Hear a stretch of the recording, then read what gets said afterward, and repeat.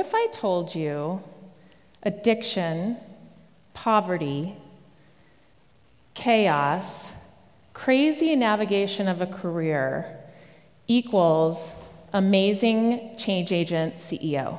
Would you believe me? Some of you might. Some of you might not.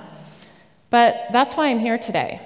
I'm here to talk to you about overcoming adversity and how we can really utilize that to lead amazing organizations and communities. And I'm going to talk to you a little bit about my personal story, which is always a little hard for me. I remember the first time I was preparing to tell my personal story. I had someone tell me, you're crazy. You can't do that. You can't tell someone where you came from. It's career suicide.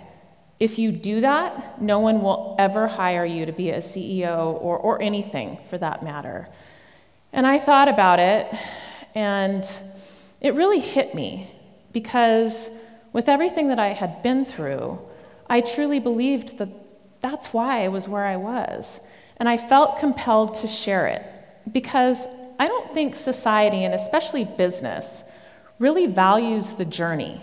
They don't value the journeys that we've all been on and the good, bad, and the ugly to get to where we are and really look at those skills for how they can help us in business, which, given my reality and what I've been through, I have to believe that they really do transform. And so I'll tell you a little bit about me and how I grew up. I grew up in a pretty rough environment. My parents were both in high school when my mother got pregnant, and they barely graduated high school, and they got married. And I think because of the pressures of raising a family at such a young age, that led to my father's alcoholism. And it also led to my mother learning how to enable that behavior just to keep everybody together. And it was tough. We definitely dealt with poverty.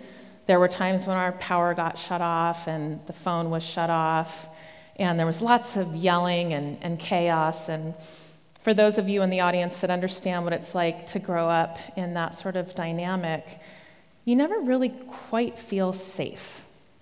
And at least for me, it played out that I didn't feel like I deserved much. My self-esteem never really developed in that environment all too much. And although we were raised in a very loving, caring family, that didn't stop all of us from repeating patterns. All 4 of my brothers became addicts. One of them, at the age of 15, became addicted to heroin. And my sister and I both married addicts because that's what you do. You repeat the behavior that you're shown. And it was really, really tough. And I think, at the point when I got married in my 20s, that was when the worst of it played out because, again, I was repeating patterns that I was shown. And my marriage also had financial struggles and infidelity and addiction and abuse. And the last 2 years of my marriage, I was in and out of the ER 10 times. And it was tough. I was given a coach in my employment, and he said to me, "Kristen, I need to understand something.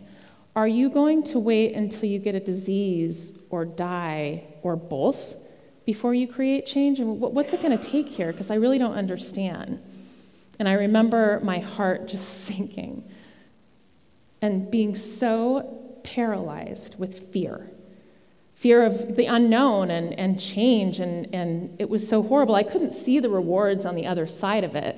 I only was just so scared about making change in my life because I was taught you stick together, you bend over backwards, you do whatever it takes to stay together. That's what you do. So it felt completely abnormal to me to even think about leaving my marriage. But I did it. I pulled the plug. And I made that change in my life. And I remember the day that I left. I was so empty.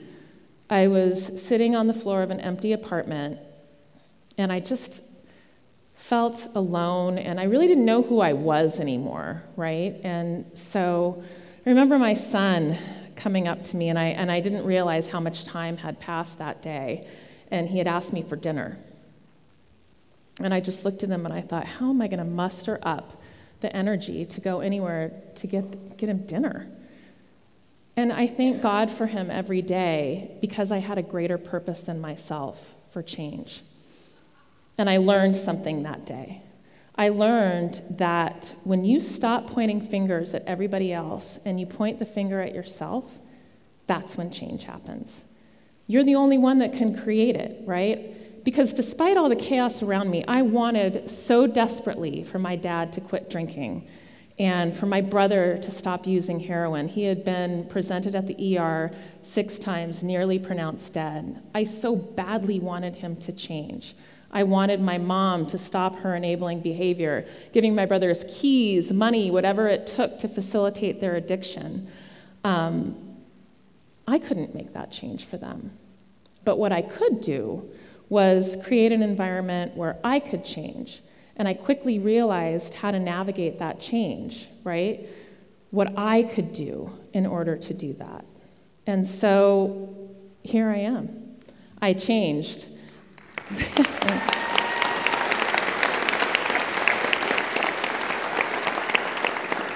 I mean, I'm giving a TED Talk, so it can't be that bad, right? I'm a CEO. I got my MBA.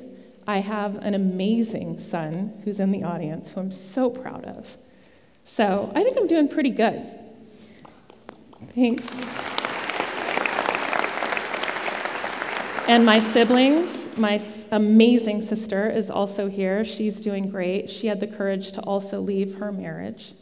My brother is one of only 5% of individuals who was able to get off heroin and make it out of the criminal justice system. So we're all doing pretty good.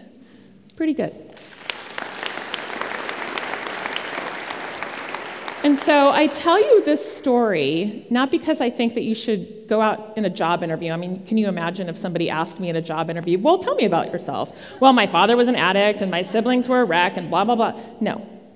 I tell you that story because I truly believe that we should never, ever be ashamed of where we come from, ever. If I didn't go through what I went through, I wouldn't be a CEO. I wouldn't be successful. I wouldn't have the incredible son that I have. It was because of what I went through that I'm where I am. And I want everyone in the audience to know that that gives you confidence. That gives you incredible skills. And so I'm going to tell you about how those skills and what I went through helped me transform the organization that I'm in today. So about 2.5 years ago, I took over the Colorado Women's Chamber, and it was in desperate need of transformation. And I think, what drew me to nonprofit in the first place is that there are incredible caveats for change, right? Their whole business model is built on it. And I think that that's where I first was really passionate about watching change. When I was at Regis University, I watched a soldier dodge bullets in a field to get to the computer lab in Iraq to work on his MBA because he grew up in poverty and he didn't want the same for his son. So he was willing to risk his life in order to change that.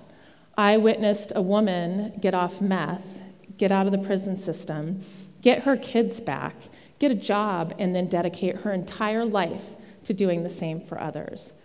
I watched a man who was homeless for decades get a job, get a promotion, and get a place to live.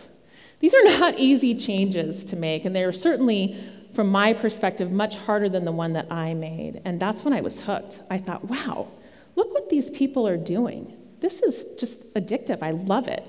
And so when I got to the Women's Chamber, I think I didn't really know completely what I was getting into, but I knew that it needed transformation. But at one point, I remember being told, you have 4 months of revenue left in the bank, and you're probably not going to make it. So just kind of giving you a heads up about that. Why did you take this job? What were you thinking? And I remember my heart sinking because I had just gotten divorced, I had some financial hardships, I was a single mother, and I thought, oh my God, I'm completely screwed. What am I going to do? And I felt that feeling in the pit of my stomach. And I thought, wait a minute, I've been here before. I possess the tools to make this change. And again, I couldn't control if it was going to go up or down, but I knew that I had the skills that I needed to give it a damn good try. And I'm going to tell you a little bit about those skills right now, because I really do think that they were the same skills that I applied personally and professionally. So first things first, jump in. Do it. Pull the plug. That is the hardest thing to do when you're thinking about change, right? Like, ooh, I don't know if I can do this. Do it. Because what you're not thinking about right then is the rewards on the other side. 2, get a coach, therapist, whatever you want to call it. If I didn't have that incredible individual to bounce ideas off of or to be the mirror for me, I wouldn't have made the changes that I made. He was a constant sounding board for me when I was talking about change and reminding me of what I needed to do to get there. 3, KPIs, measurements, anything to look at when you're going from here to here. How are you going to measure? How are you going to know you're getting there? Those are super important, and I use them both personally and professionally, and I look at them every week, because then you can course correct, right? Not everything that you're doing is going to work, but when you're measuring it, you can course correct quickly. 4, and this one's really important, toxic individuals, right? We've all got them in our life, especially when you're moving from here to here. These people still see you that way. They want you to stay where you are. They don't want to lose you, right? But you got to get rid of them, because there's people over here that know what you're going through and want to see you succeed. That's true in business and in life, right? When I got to the chamber, there were certainly individuals that couldn't quite see where we were going here, and I had to just move them out of the way.